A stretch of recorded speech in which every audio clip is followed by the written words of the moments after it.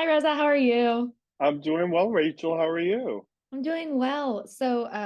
Obviously, I'm a Bravo fan, so I knew who you were when the show started. And then to see them instantly kick you off hurt. Just because I was like, no, but Reza's so fun. I love Reza. Like, why would you do this to me? Someone who that's the one of the people I know that is playing on the show. And so for you, as the person that people really liked and instantly connected with, how was it getting that note right out the gate?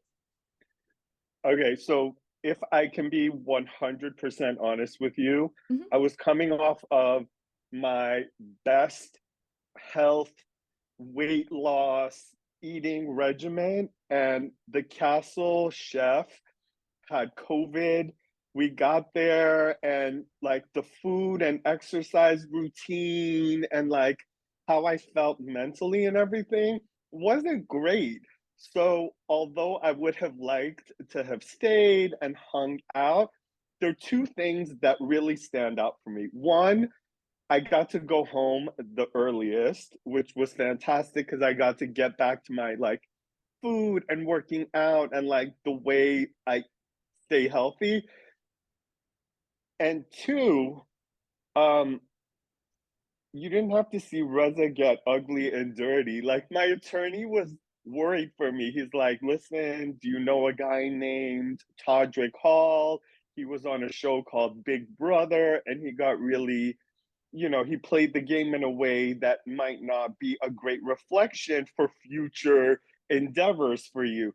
So, with all of those things swirling around in my head, when I sat down and I opened the note, it was like that's the way the cards were dealt. And secretly, I was like, you know what? This is exactly what was supposed to happen. I got a little taste, and hopefully, I'll get to do like Celebrity Big Brother or Survivor or The Amazing Race or one of those other shows that like I've been dying to do a competition show. And the funny thing was, I didn't know this one. I'd never heard of it. It was, in a foreign country. I wasn't familiar with it. So it wasn't even something that I was like, oh my God, I'm so excited to do. And here's the other thing. They asked us if we wanted to be a traitor or a faithful. And I knew there was no way on God's green earth I wanted to go in and lie to people and try and like get this money. It just wasn't like something that I wanted to do. And seeing that there were normies there who were like thinking that this money was going to change their life and they were going to be able to do X, Y, and Z with it while I'm wearing like diamond dog tags that were from David Yurman that probably, you know, were outside of most people's budget. It it wasn't the worst outcome, but I appreciate you saying that because everyone in my life was like, "Oh my God, we wanted to see you stay and like compete." Well, because you were to me like one of the most relatable people in that first challenge where they were like, he was yelling and trying to get no, like if you're not doing what I want you to do, I'm going to start yelling Oh, at you to do what I they want were you to really do. so there's a lot of followers there and not a lot of leaders. And so whatever they want to say is great, but like I was looking at people who literally I could hear doo doo doo doo doo doo doo doo in their head.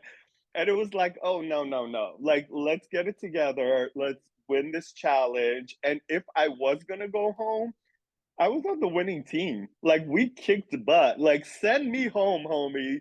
Clearly there's nothing that has to do with my gameplay or anything. It's literally you're worried that I might win or you're worried about something. Well, and it's interesting because I think a lot of the way that the show played out, it was like the reality stars kind of got the short end of the stick because, with the exception of, Shiva, who is the traitor, but it was a lot of them, people knew their whole tactics and their deal. And so they, even if they weren't the traitor, got kind of turned into that mindset, like with Brandy and Kate, because it was just like, well, we know how you guys are on your shows. And Yeah. I was just like, that's a wild I way to had play no this game. idea. I had no idea there were going to be normies there, by the way. That was not part of anything I was told going into it. I thought it was going to be all people from Bravo. When I got there and I realized, wait a minute, there's people like off the street that are here. There's no way I'm gonna win. They were talking about how much people's shoes cost. The one of the very first days we were there, they were talking about like $1,000 shoes and stuff like that. And I was like, oh, your man is going home. I'm wearing a Dolce and Gabbana pony hair coat. Like, this is a wrap. My ass has no longevity here.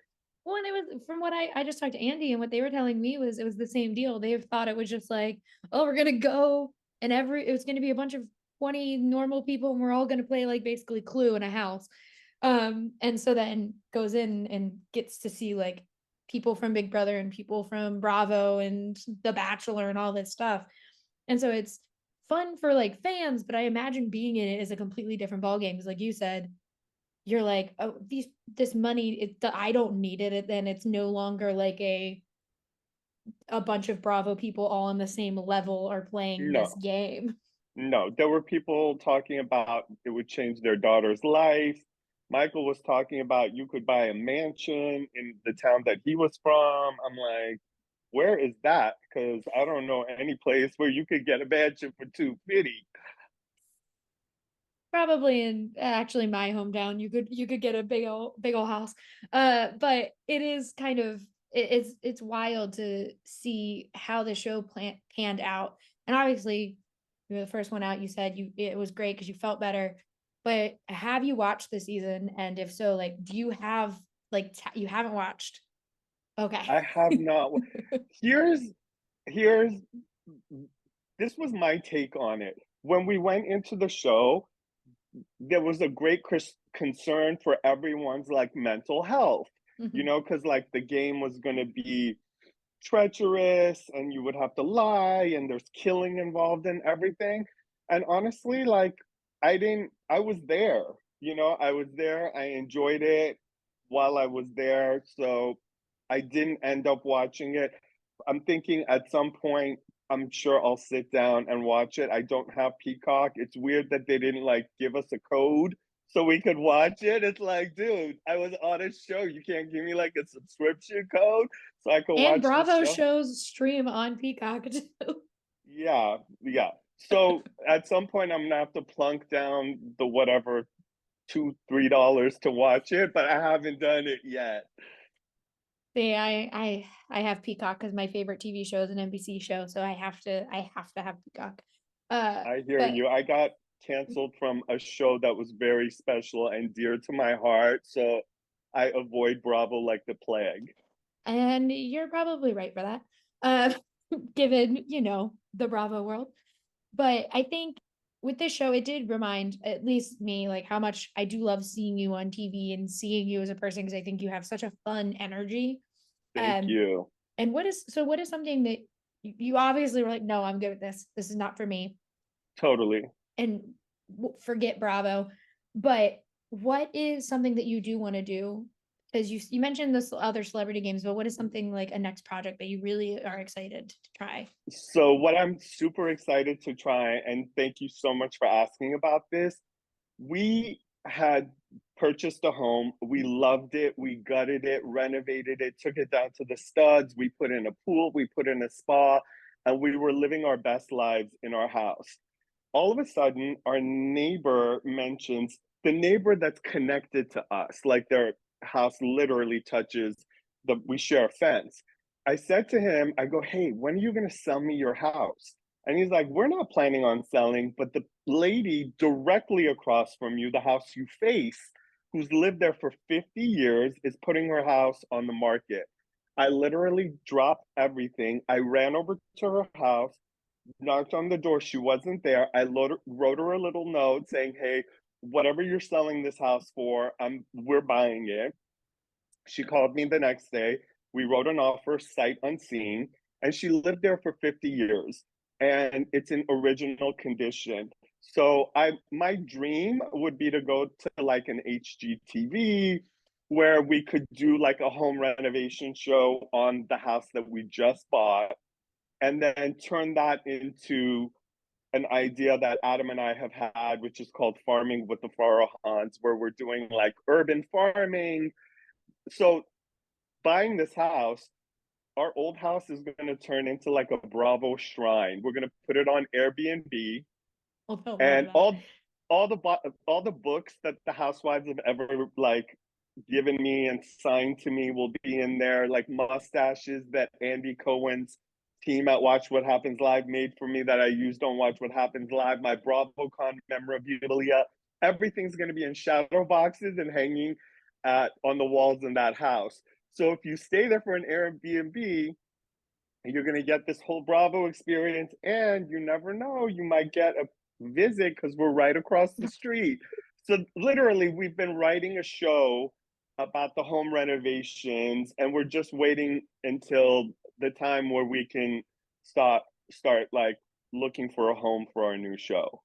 Oh my God, I that would be so much fun. And the thing is, people would go and stay in that Airbnb hands down, just We're we're locked counting on in. it. We're counting on it. Oh, but that's so amazing. So it is sad I didn't get to see more of you in the Traitors, but I do hope that this works out because I think that'd be such a fun show. Thank you so much. And thank you so much for talking with me today. I really, really appreciate it. Absolutely. Thank you for having me on. It was such a pleasure. Have a You know, great rest of your day. you too.